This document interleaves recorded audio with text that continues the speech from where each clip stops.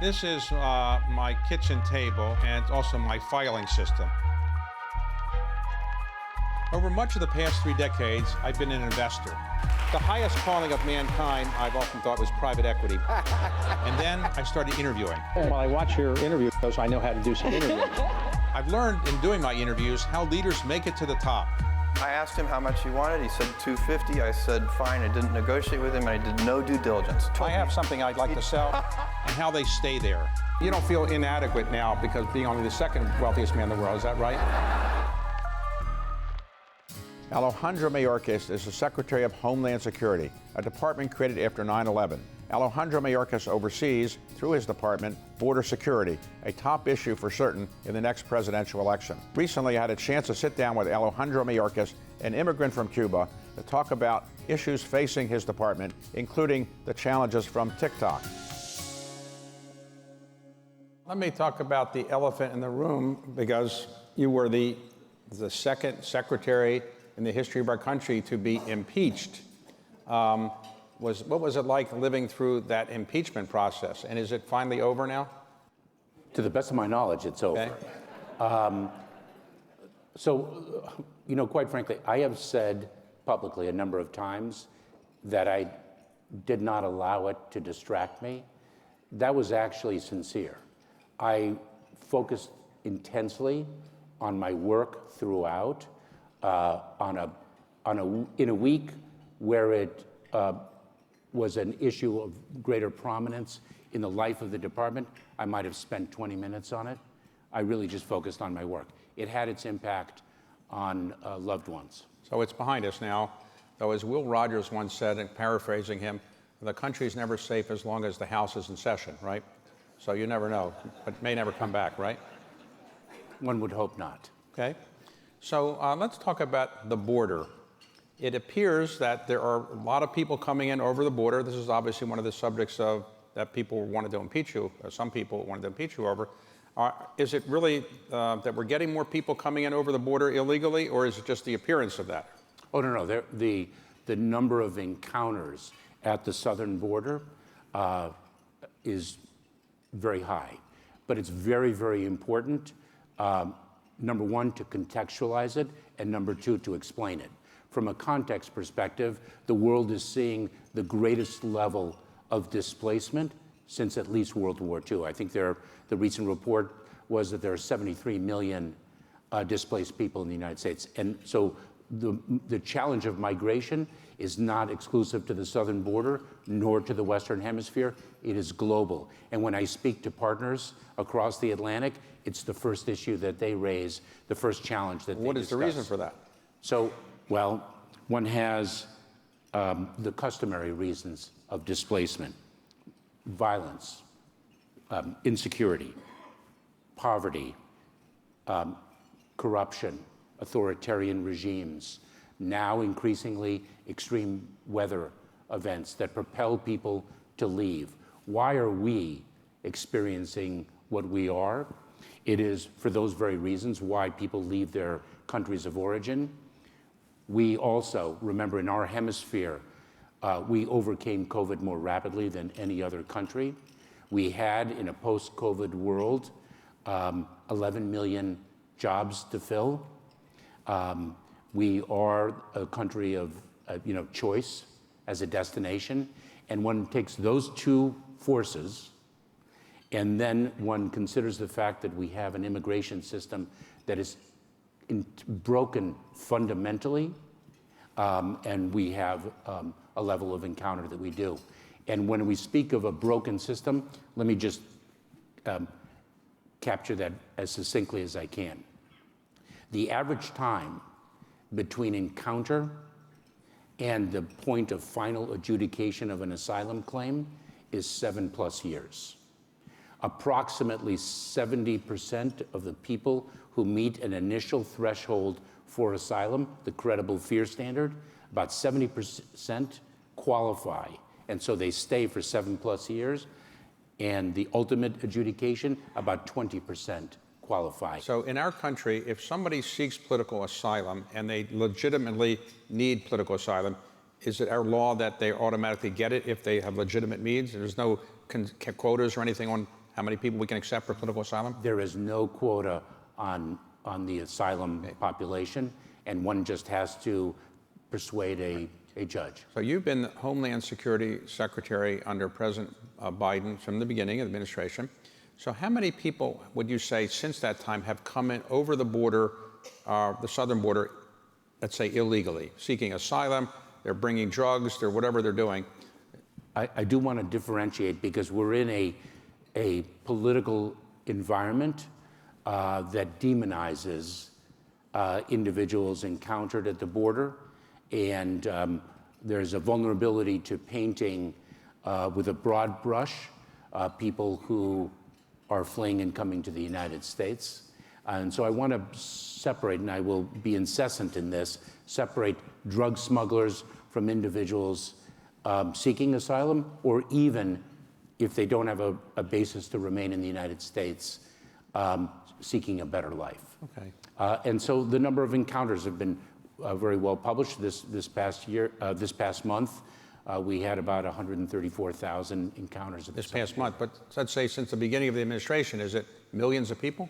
It's several million people. Well, there was legislation that was developed, I think, in the Senate, bipartisan legislation, and it got stalled, let's say, in the House.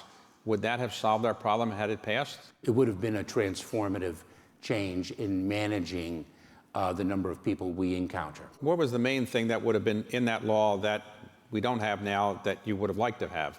So we would have taken a 7+ year time period between the time of encounter and final adjudication and reduced it to as little as 90 days.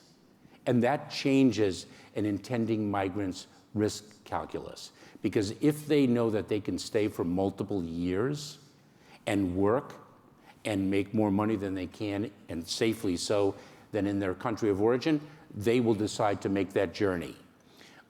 If they understand that they have to pay their life savings to a smuggling organization only to stay for a matter of weeks, that is a very different risk calculus.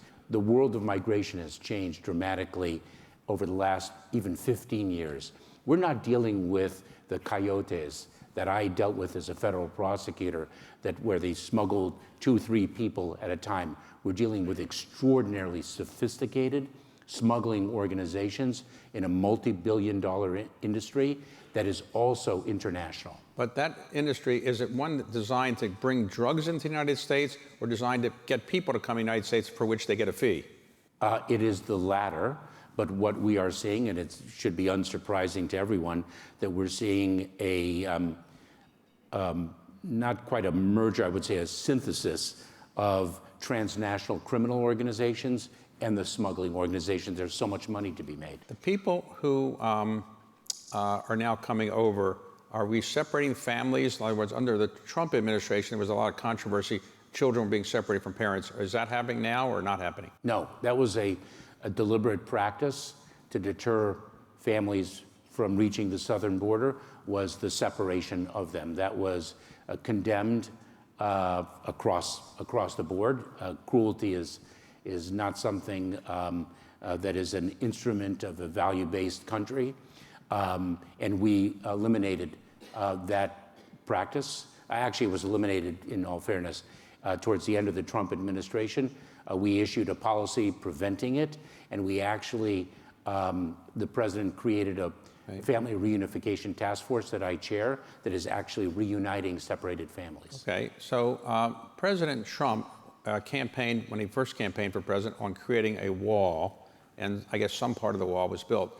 But would not a wall have helped somewhat if we had a big wall? Would that not block people from coming, even though people like to make fun of the wall and it's expensive? Wouldn't it not have had some impact on reducing illegal immigration? So, look, in the 21st century, I wouldn't necessarily propose cementing bollards on the ground and constructing an immovable wall, given the dynamism and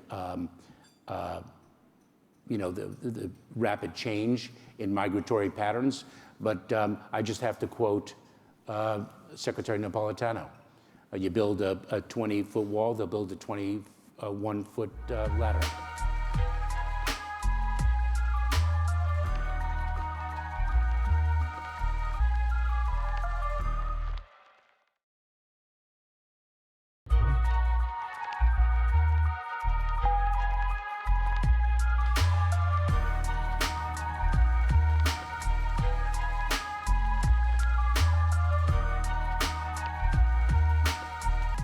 Let's talk about your background. You don't come to the cabinet with this conventional background of many people who have this position. So where were you born? I was born in Havana, Cuba. Really? And at what age did you leave? My parents brought my sister and me here to the United States as political refugees when I was about 1. And did they come in legally or illegally? They came in legally. My father was a bit prescient, although we didn't leave early, but we left early enough. So there isn't that big a Cuban, or wasn't that big a Cuban Jewish community, but your mother and father were both Jewish. Your father was Sephardic. Yes. And his ancestors came from? His father was from Turkey, his mother from Poland. And your mother was Ashkenazi Jewish? My mother fled Romania to France, France to Cuba late. Her father lost 8 brothers and other family in the concentration camps. They left so late they couldn't get to Israel, and our policies at that time were not as welcoming as one would have hoped at a time of great human distress. Okay, so they came to the United States legally. Where did they come? So we arrived in Miami, and we lived in Miami until my father found a better work opportunity in Los Angeles, California. You were grown up in Los Angeles? I grew up for most of my life in Los Angeles. And you speak Spanish fluently? I speak it. My grammar is not something that I take great pride in. Okay. So where did you go to high school? I went to Beverly Hills High School. Beverly Hills High School, with Yes. a lot of movie stars, kids, and things like that? You know, it's interesting that would you consider Jack Abramoff a movie star? No. I don't remember any movie stars. You know, when you hear, probably when everyone hears Beverly Hills High School, they think, you know, of the Clampett family. There were 4 elementary schools that fed into the high school. 2 tended to be of a more affluent community, and the other 2 were, quite frankly, modest. I grew up in a lower middle class to middle class home, never wanting for anything, an incredibly close family. You have siblings? I have 3 siblings. And are they interested in Homeland Security or not so much? They are probably recent devotees. Okay. So where did you go to college? I went to University of California at Berkeley. Okay, so you graduated from there, then you went to law school in Los Angeles? Loyola Law School. All right, so you graduated from law school, and what did you do? I went into a law firm. I wanted to go into public service. This country has given my family everything, and I very much wanted to give back. I wanted to go into public service, and I had my eyes on the United States Attorney's Office in Los Angeles. They required 3 years of experience, and so I gained 3 years of experience in a private law firm and then went into the U.S. Attorney's Office. So you went in as a federal prosecutor, and you were an assistant U.S. attorney in Los Angeles? For 8.5 years, specializing in sophisticated fraud cases. Did you get involved in the campaign when Barack Obama was running for president? Were you involved in his campaign in any way? I was. Okay, so you ultimately get involved in the transition with Barack Obama? Yeah, I led the criminal division of the Department of Justice transition team. And you took a position in the Obama administration initially. What was your position? The position was the Director of U.S. Citizenship and Immigration Services, an agency within the department that administers the legal immigration system. All right, and then after that, you got promoted to be the Deputy Homeland Security Secretary under Janet Napolitano? Yes. Okay, and so that didn't convince you that this is a complicated area and you shouldn't want to come back as secretary, or that? Complicated, difficult, challenging, and extraordinarily fulfilling. All right. So you go back after the President Obama leaves office. You go back. You join Wilmer Hale. And you're in what city? Here in Washington, D.C. Okay. So you're a partner there. How did you get connected to the Biden administration? Did they remember you from the Obama administration, or? They did. They just called you up and said, guess what? We like you as deputy. Now you can be the secretary. I wouldn't say it was in that way, but I was extraordinarily proud to be contacted by the incoming president, the president-elect, to be considered for the And secretary. did your family say, you're making a lot of money here, you're way up here in compensation, and you're going to go down here again? And that was a factor? No. You didn't care? Okay. Didn't care wouldn't be. It is what it is. What it is. Okay. So let's talk about the Department of Homeland Security. How many people work at the Department of Homeland Security? About 260,000.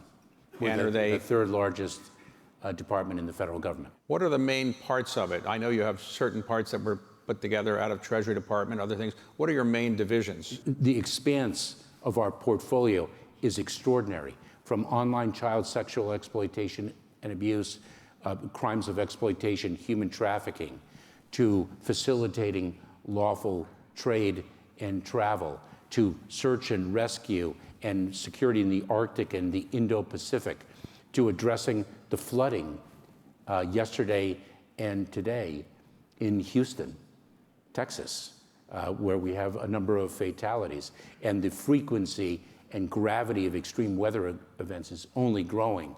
The cyber attacks from China, Russia, Iran, North Korea. So it's extraordinary. Do you ever get a weekend off? You don't have to worry about some crisis somewhere?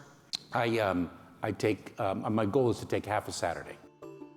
Why is the First Amendment not protecting the TikTok social media devices? It's not, to me, an issue of the First Amendment. It's an issue of security.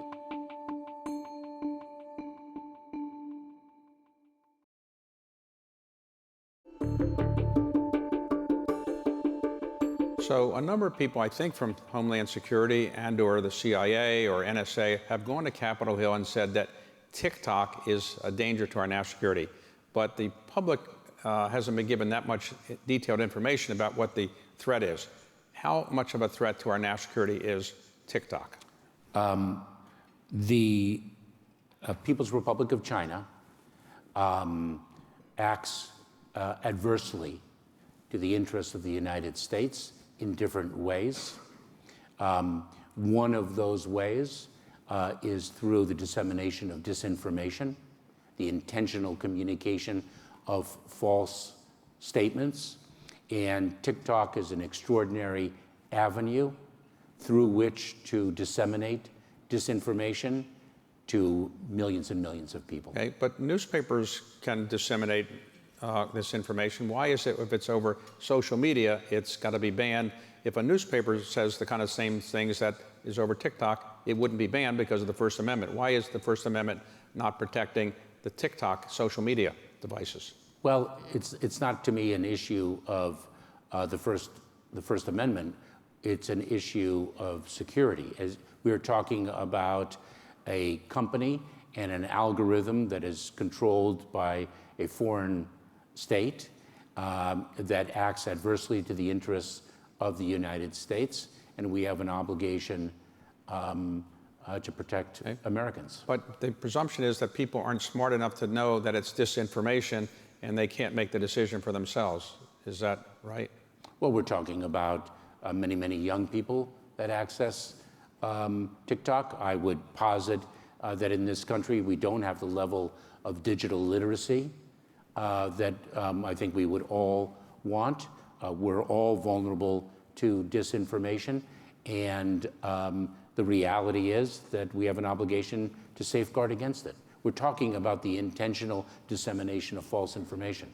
Okay, I should disclose that my firm is an investor in ByteDance, so I'm not personally an investor, but my firm did invest in it. So let me go on to another subject then. Okay, so what is... You know, my answers would have stayed the same had I known that at the outset. People who are watching this, you would like to say to them that they are safer today in the United States than they were 10 or 20 or 30 years ago, but we still have big risks. I would say the following. I would say we are safer today than we were yesterday.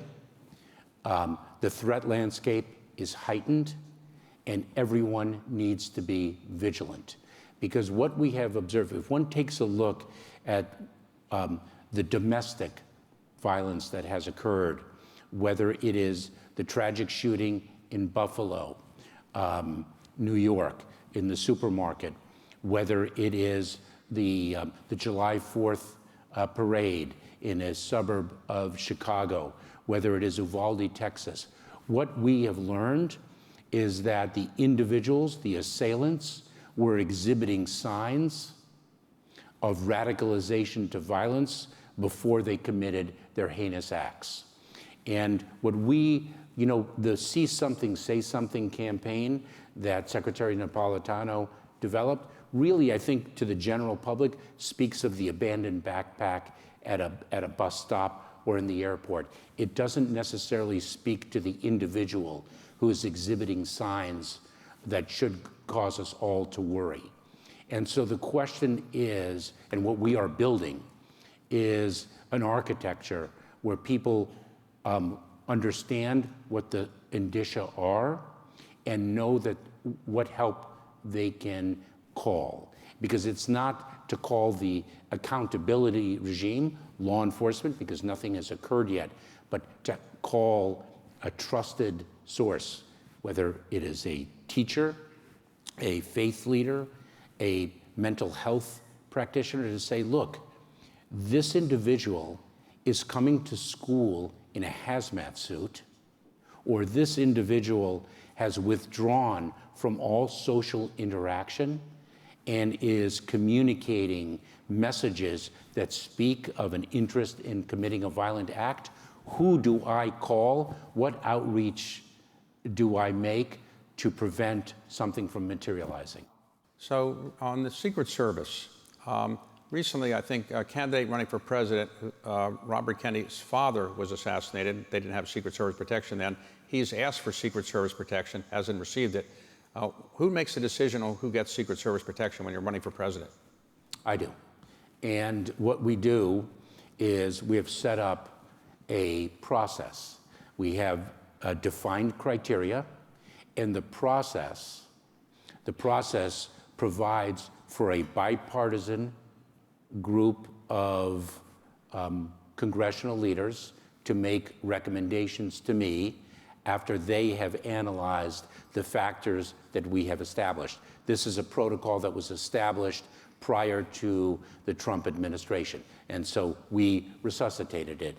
It is apolitical, it is bipartisan, and the factors are apolitical, and I have followed in each instance the recommendation of the bipartisan group. There has been no light between or amongst us. Well, when I worked in the White House 100 years ago or so, it was a president and the vice president got Secret Service protection. As they do now. But it seems as if a lot of White House aides and other people have Secret Service protection. It seems like it's proliferated. I mean, how do you decide who gets it if you're a White House aide or not? It is based on a threat assessment, and very sadly, the threat environment in which we are living is more acute. What about baseball owners? Do they need Secret Service protection? You ever thought about that? You know, if I recall my reading of the standings, right, circa this morning, you are safe and secure since you're resting in first place.